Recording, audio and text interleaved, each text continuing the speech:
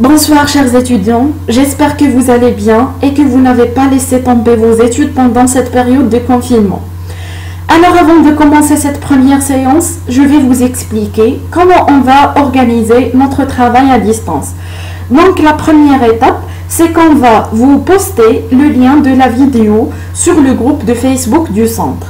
Dans la publication qui comporte le lien, vous avez le droit de laisser des commentaires pour poser les questions sur les points que vous n'avez pas bien compris. Une réponse écrite vous sera apportée dans le même commentaire ou bien en cas de nécessité, une vidéo explicative sera publiée ultérieurement. Alors cette première séance à distance portera sur la partie théorique de la matière stratégie industrielle.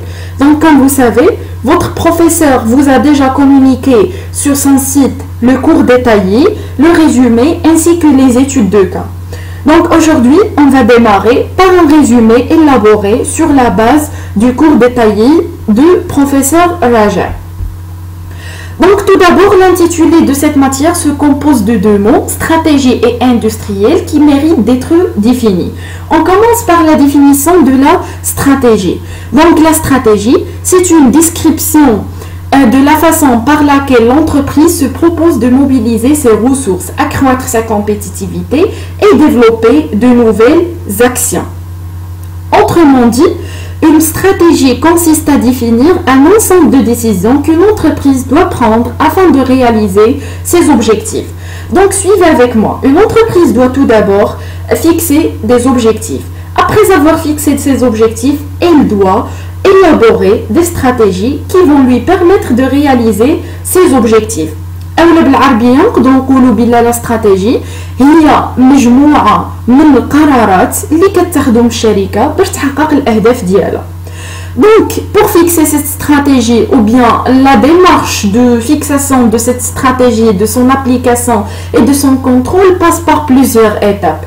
Les trois principales étapes sont les suivantes. Tout d'abord, une entreprise doit définir ses orientations stratégiques, c'est-à-dire il doit élaborer la stratégie. La deuxième étape, c'est qu'il doit appliquer la stratégie ou bien la mettre en œuvre. La troisième étape, c'est qu'il doit évaluer l'efficacité des actions stratégiques. C'est-à-dire, une entreprise, après avoir appliqué la stratégie, elle doit évaluer son efficacité. Comment? On a dit déjà que l'objectif, ou bien pourquoi on élabore une stratégie, c'est pour réaliser un objectif. Donc si l'objectif n'est pas réalisé, ça veut dire que la stratégie n'a pas été efficace. Donc l'entreprise, elle doit revoir dans ce cas ses stratégies. Maintenant, on va définir des notions qui sont associées à la notion de stratégie ou bien au concept de stratégie. Donc on trouve la mission. La mission, c'est le but de l'organisation, sa raison d'être. Donc, quand on dit sa raison d'être, ça veut dire c'est pourquoi l'entreprise existe. Donc, c'est un énoncé, c'est une formule, un court texte qui permet de faire savoir clairement ce que fait l'entreprise et comment elle le fait. Donc, la mission, c'est un message transmis au public. Des exemples le cours ديال prof ديالكم. Par exemple, Danone, la mission d'Yala, c'est apporter la santé par l'alimentation au plus grand nombre. Ça, c'est la mission. Comme j'ai dit, c'est un texte, c'est une formule, c'est un texte qui est court et qui exprime la mission principale de l'entreprise. Pour Disney, par exemple, sa mission, c'est de rendre les gens heureux. Donc, c'est vraiment les missions de ces entreprises. La deuxième notion, c'est la vision, ou bien ce qu'on appelle une intention stratégique. Donc l'intention stratégique, c'est l'état futur souhaité par l'entreprise. C'est-à-dire, l'état futur, ce que l'entreprise compte faire dans l'avenir. Donc, est-ce que l'entreprise désire être leader sur le marché? Est-ce qu'il désire être la deuxième? Ou bien son positionnement par rapport aux concurrents et ainsi de suite. La troisième notion, ce sont les objectifs stratégiques. Donc les objectifs stratégiques, ce sont les résultats que l'entreprise doit atteindre. Ça veut dire, les résultats, donc, les résultats ou bien les objectifs pour l'entreprise, il ne suffit pas seulement de fixer un objectif, mais il faut que l'objectif soit bon. Quand on dit il faut que l'objectif soit bon, c'est-à-dire que l'objectif doit remplir certains critères. Donc parmi ces critères, l'objectif doit être précis et chiffré. Ça veut dire, où je veux réaliser une bonne rentabilité. Donc une bonne rentabilité, ce n'est pas un bon objectif. Pourquoi? Parce que la rentabilité doit être chiffrée. Par exemple, je dois dire, je veux réaliser X rentabilité. Ça veut dire combien de rentabilité, le montant exact de rentabilité que je veux réaliser. La quatrième notion, c'est la capacité stratégique. La capacité stratégique, ça veut dire le qudra diyal sharika. Les ressources uniques, les compétences qui distinguent l'entreprise de ses concurrents. Ça veut dire une entreprise, elle a le droit de fixer des objectifs bien sûr, mais ces objectifs doivent correspondre à ses capacités. Donc parfois une entreprise n'a pas soit les capacités humaines ou bien financières pour réaliser tel ou tel objectif. Autrement dit, les capacités sont elles qui font distinguer l'entreprise de ses concurrents plutôt. La dernière notion, c'est le contrôle stratégique. Donc, il permet de vérifier dans quelle mesure les réalisations correspondent aux objectifs. Donc, ce point, je l'ai déjà expliqué dans la troisième étape de la fixation d'une stratégie. Donc, on a dit qu'après avoir élaboré les stratégies et appliqué les stratégies, il faut faire des contrôles stratégiques qui permettent de vérifier si on a pu plutôt réaliser les objectifs fixés au préalable. Donc maintenant, on passe à la définition de la stratégie industrielle. Alors la stratégie industrielle, c'est un ensemble de visions, de décisions qui modèlent les systèmes industriels de l'entreprise. C'est-à-dire, nous, on a déjà dit que la stratégie, c'est un ensemble de décisions associées au mot industriel. Donc, ce sont les stratégies qui s'appliquent dans le secteur de l'industrie. Quand on dit le secteur de l'industrie, ça veut dire les entreprises qui font la transformation des matières premières en produits finis. Suivant la définition, donc on a dit qu'ils modèlent les systèmes industriels de l'entreprise, système grâce auquel l'entreprise conçoit, développe, réalise, distribue, maintient les produits et services qu'elle échange sur des marchés. C'est-à-dire, une stratégie doit accompagner le produit dès sa conception jusqu'à sa vente. Ça veut dire dès sa fabrication jusqu'à sa distribution et sa commercialisation.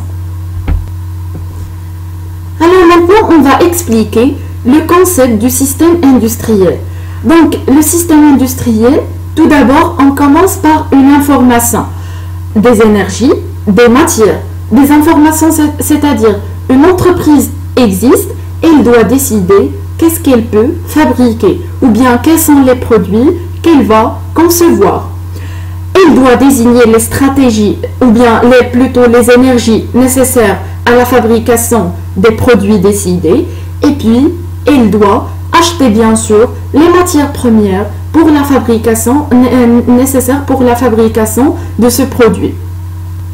Alors, après avoir acheté les matières premières, on passe au processus de transformation. Bien sûr, vous savez tous qu'est-ce que c'est un processus de transformation. C'est de transformer les matières premières en produits finis. Donc, bien sûr, la dernière étape du système industriel, c'est le produit fini ou bien le service. Donc maintenant, on va expliquer le processus du management stratégique. Le processus du management stratégique, c'est-à-dire quelles sont les étapes qu'une entreprise peut suivre pour manager ses stratégies. Alors, comme vous voyez sur le schéma, on a planification et élaboration des stratégies, c'est-à-dire la première étape pour manager une stratégie, c'est tout d'abord de la planifier et de l'élaborer. Donc, cette planification, c'est la première étape. La deuxième étape, c'est la mise en œuvre des stratégies. Et la troisième étape, c'est le contrôle de la stratégie. Donc maintenant, on va détailler quelles sont les étapes ou bien quelles sont les sous-étapes qui se trouvent à l'intérieur de la planification et l'élaboration des stratégies. Donc tout d'abord, une entreprise, pour planifier et élaborer une stratégie, elle doit analyser l'environnement externe, c'est-à-dire elle doit analyser les stratégies de ses concurrents, les capacités de ses concurrents, l'intensité de ses concurrents et ainsi de suite. Elle doit analyser son environnement interne, c'est-à-dire ses forces et ses faiblesses, pour réviser sa mission. Donc, par exemple, une entreprise qui a déjà fixé sa mission au départ, après avoir élaboré les analyses de l'environnement interne et externe, elle peut réviser la mission ou bien changer sa mission. Après ces analyses, une entreprise établit ses stratégies sur le long terme. C'est-à-dire, donc, alors, on a stratégie associée au mot long terme.